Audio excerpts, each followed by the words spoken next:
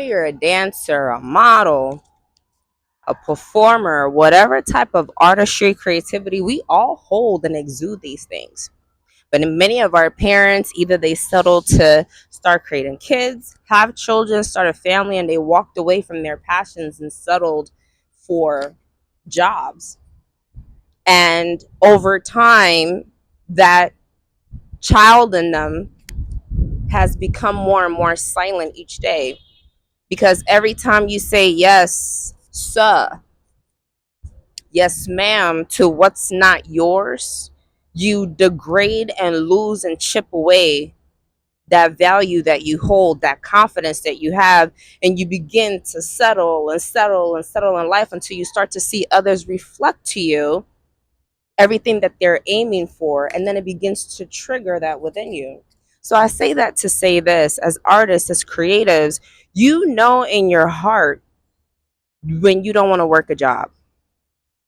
Now you have to pick a suffering in this life. Too many of you try to skip the suffering, either from coming from money, using your parents, your access.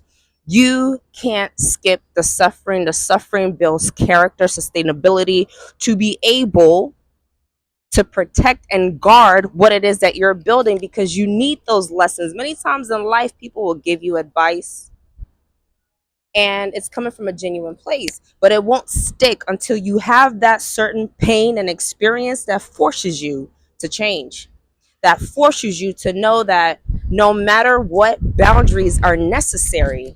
Boundaries are a part of greatness, and you need to protect your greatness, because people see that in you and absolutely will benefit off that with the lack of your education.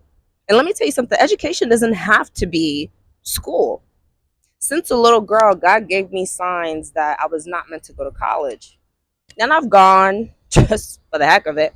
Every time I sat there, I was like, you're learning things that I've already done in real life. I've been strategic about spaces that I put myself in.